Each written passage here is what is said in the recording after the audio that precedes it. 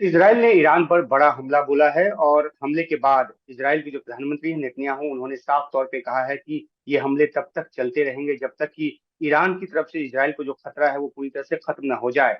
इस मुद्दे पर हमसे बात करने के लिए जमीर जाफरी साहब जुड़ चुके हैं, जो कि कुम में मौजूद हैं, और हम उनसे जानने की कोशिश करेंगे कि आखिरकार अभी क्या हालात हैं ईरान में। आपका स्वागत है निजी मीडिया से बात करने के लिए जमीर साहब। अभी आप जहां पर हैं वहां से क्या जानकारी आ रही है, और जिस तरह से तेहरान में हमले हुए हैं किस तरह की तस्वीर वहां से उभर कर सामने आ रही है? तो बिस्मिल्लाहिर्रहमानिर्रहीम। पहले तो आपका शुक्रिया कि आपने दावत की।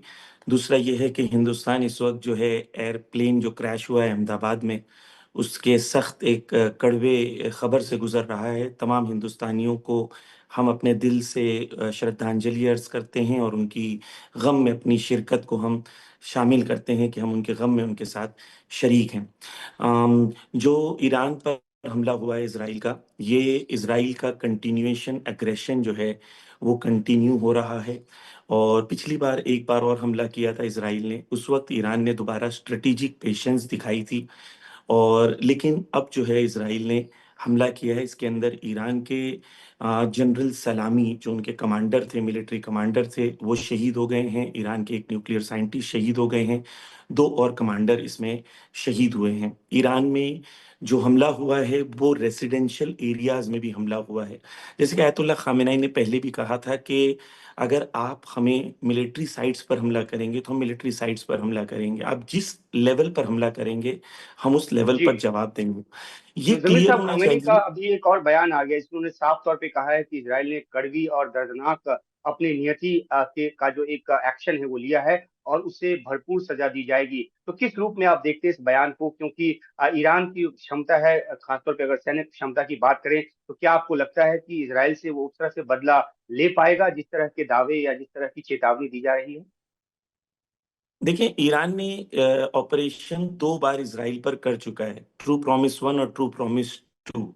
जहां पर इसराइल का जो आयन डोम है वो ना आयन बचा था ना डोम बचा था, और इसराइल पर बहुत सख्त हमला ईरान ने करा था। तो ईरान की कैपेसिटी और कैपेबिलिटी क्या है वो हमारे लिए बिल्कुल क्लियर है। ये आप ईरान अमेरिका के फॉरेन सेक्रेटरी या डिफेंस डिफेंस जो है उनके जरिए जो स्टेटमेंट्स आए हैं उनसे पता चलता है कि उन लोगों ने खुल के कहा है कि हम इस हमले में शामिल नहीं हैं और ईरान अमेरिका को इससे बाहर रखे और हमें हमला नहीं करे। यानी आप किसी को तब कहते हैं कि हमला नहीं करे जब उसके अंदर कैपेबिलिटी और क्षमता हो हमला करने की। जी यहाँ बिल्कुल। पर कुछ अमेरिका पॉइंट। जो है इस बात को लेकर एक वो कहता रहा है, उसने अभी भी अपील की है कि ईरान जो है वो अमेरिकी ठिकानों पर हमला न करे। वैसे हमने देखा है कि पिछले दिनों किस तरीके से जो अमेरिकन पर्सनल हैं उनको मूव आउट करने को कहा गया, निर्देश दिया गया। तो जी, अमेरिका भी, उसको भी इस बात की आशंका है कि ईरान रिटेलिएट करेगा और इन ठिकानों पर करेगा जो मिडिल ईस्ट में अमेरिका के ठिकाने हैं। लेकिन बड़ी बात यह है कि क्या इसराइल तक वो अपने मिसाइल, हालांकि लंबी दूरी के मिसाइल्स हैं ईरान के पास, क्या वो पहुंचा पाने में कामयाब होगा? और दूसरी हम बात की पॉलिटिकल लीडरशिप की, जो वहां पे कभी इमरजेंसी बैठक हुई है, क्या कुछ निकल कर वहां से सामने आ रहा है? देखिए, क्लियर कट ये है कि ईरान इसराइल पर हमला करेगा। अब ये इफ एंड बट में नहीं है, ईरान हमला करेगा। ईरान ने पहले कर चुका है और जब ईरान ने हमला किया था तो उसने कहा था ये सिर्फ वार्निंग वाला हमला है, हमारे पास कैपेसिटी है। ईरान ने उस वक्त 150 मिसाइल्स का इस्तेमाल किया था, ड्रोन्स का इस्तेमाल किया था, बैलिस्टिक मिसाइल्स का इस्तेमाल किया था। ईरान के पास 10,000 से ज्यादा बैलिस्टिक मिसाइल्स ऑफिशियली ईरान के पास इस वक्त मौजूद हैं। इसराइल एक छोटी सी कंट्री है, ईरान से 1/10 उसकी पॉपुलेशन है, ईरान से 1/10 उसकी लैंडस्केप है, ईरान के उसके जो पोर्ट्स हैं वो लिमिटेड हैं, उसके पास जो जो चीजें हैं इसराइल के पास वो बहुत लिमिटेड है। ईरान से मुकाबले के लिए आप ये समझ लें कि इसराइल एक प्रॉक्सी कंट्री है, Israel is not a country. Israel ने जो हमला किया है, अमेरिका कुछ भी कहे, अमेरिका के आशीर्वाद के बगैर इसराइल नहीं कर सकता हमला। ये पूरी दुनिया जानती है जी, कि ये अमेरिका इसराइल ने नहीं ये किया है। बात तो जाहिर सी बात है कि अमेरिका की जो मदद है वो लगातार इसराइल को मिलती रही है। अलग बात है कि अमेरिका के साथ जो एक डील की बात चल रही थी ईरान की, वो परवान नहीं चढ़ पाई है, और ये भी एक बड़ा वजह है कि इसराइल जो है उसने हमला किया है और अमेरिका जो है उसने साफ तौर पे कहा है कि उससे उसका कोई ताल्लुकात नहीं है। बड़ा सवाल ये है जमीर साहब कि आप मिडिल ईस्ट में सिचुएशन को किस तरह से एक परमाणु युद्ध की तरफ जाते हुए देख रहे हैं, या ये बात भी कही है नेतन्याहू ने कि 9 परमाणु बम बनाने की क्षमता जो है ईरान ने हासिल कर ली है। तो उस फ्रंट पे आप क्या देख रहे हैं, क्या ये कंटेन हो पाएगा, या ईरान जो है वो न्यूक्लियर वॉर हेड के साथ आगे बढ़ने की सोच सकता है? देखिए, ईरान के जो मिलिट्री एक्सपर्ट्स हैं, उन्होंने कहा कि हमारे पास ऐसे वेपन्स हैं, जो न्यूक्लियर वेपन से ज़्यादा खतरनाक हैं। ये उन लोगों ने क्लियरली उनके एक्सपर्ट्स ने बयान कर दिया है, ठीक है? ईरान ने न्यूक्लियर पावर होने का ऐलान नहीं किया, लेकिन उनके जो एक्सपर्ट्स हैं, मिलिट्री एक्सपर्ट्स हैं, उनके नेशनल टीवी पे उन्होंने आके कहा कि हमें न्यूक्लियर वेपन्स की ज़रूरत नहीं है। हमने डिफरेंट टेक्नोलॉजीज़ को हासिल किया है, जहाँ पर हम बहुत सख्त तरीके से हमला कर सकते हैं। देखिए, न्यूक्लियर एनर्जी और न्यूक्लियर वॉर की तो बहुत दूर की बात है। ईरान की जो बैलिस्टिक मिसाइल्स हैं, वही काफ़ी हैं इज़राइल के लिए। जो उन्होंने 100 भेजी थी, अगर ये 1000 भेज दें, तो इज़राइल फिर क्या होगा इज़राइल के साथ? एक मिलिट्री कमांडर से पूछा गया था कि ईरान पर जब हमला होगा, तो ईरान क्या करेगा? तो वो कह रहे थे कि इज़राइल को ये सोचना चाहिए कि हमले के बाद इज़राइल खुद अपने बारे में सोचे कि उसका फ्यूचर क्या होगा, क्योंकि ईरान के अंदर बहुत कैपेसिटी है, इज़राइल कुछ नहीं है। जब जी। तक अमेरिका इन्वॉल्व नहीं होता, तब तक इज़राइल कुछ नहीं कर सकता। इस वॉर के नहीं, ये अंदर बात देखिए, तो तय है कि अमेरिकी एक चीज़ मदद जो है वो इसराइल को हासिल है। सवाल बड़ा ये है कि जो विवाद का जो जड़ है वो है ईरान का जो न्यूक्लियर कैपेबिलिटी है उसे। और जो खुफिया जानकारी आई है ताजा, उसके मुताबिक 20 साल के बाद पहली बार ऐसा हुआ है कि ईरान जो है वो न्यूक्लियर बॉम्ब बनाने के काफी नजदीक पहुंच गया है। 60% इनरिचमेंट की ये बात हम पहले सुन रहे थे, और जो है वो 90% तक किया जाना था, जो कि एक इससे भी दूर है। तो ऐसे में जब झगड़े की जो जड़ है वो न्यूक्लियर वेपन है, तो अब जो है वहां के जो लीडरान हैं वो क्या कह रहे हैं, क्या वो वाकई में उस रणनीति के साथ आगे बढ़ेंगे, या फिर वो आप कहीं ना कहीं कुछ संयम दिखाएंगे? जी, आप एक सीनियर जर्नलिस्ट हैं, आप तकरीबन 15-20 ईयर्स से इस चीज़ को कवर कर रहे होंगे। आपने कितनी बार ये सुना है कि ईरान न्यूक्लियर बॉम्ब बनाने के करीब पहुँच गया है? कितनी बार सुना होगा? आपने 15 साल से हर हफ्ते ये तकरीबन न्यूज़ आती है कि ईरान न्यूक्लियर बॉम्ब बनाने के करीब हो गया है। देखिए, अमेरिका और वेस्टर्न मीडिया जो है, ये लायर्स हैं।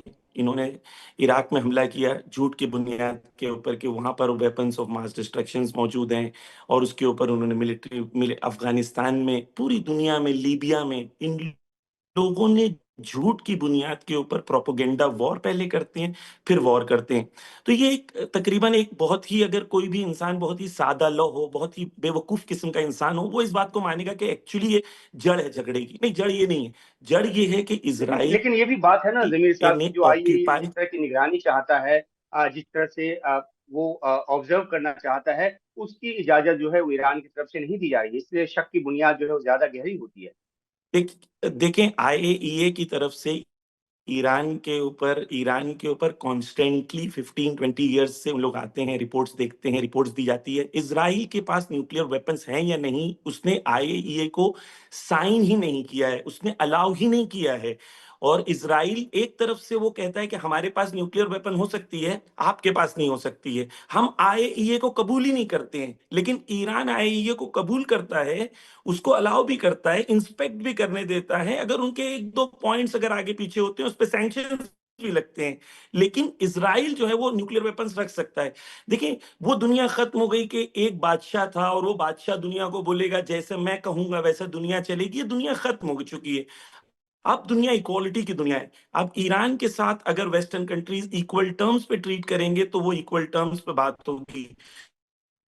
अगर इक्वल टर्म्स पे ट्रीट नहीं करेंगे, के तो जिस जिस आयतुल्लाह खामेनेई का स्टेटमेंट है कि जिस दर्जे का हमला होगा, उस दर्जे के हमले का सेम लेवल का रिस्पांस दिया जाएगा। जी। आज आयतुल्लाह खामेनेई ने जो स्टेटमेंट दी है, उसके अंदर 6 पॉइंट्स हैं। मैं आपको एक-एक करके उसके उसमें बयान करता हूँ। सबसे पहले आयतुल्लाह खामेनेई ने कहा कि देखिए, ईरान ने पर जो हमला हुआ है, सुबह के वक़्त ईरान पर जो इज़राइल का खूनी हाथ है, उसने अपने जराइम को ईरान पर हमले के साथ बढ़ाया है।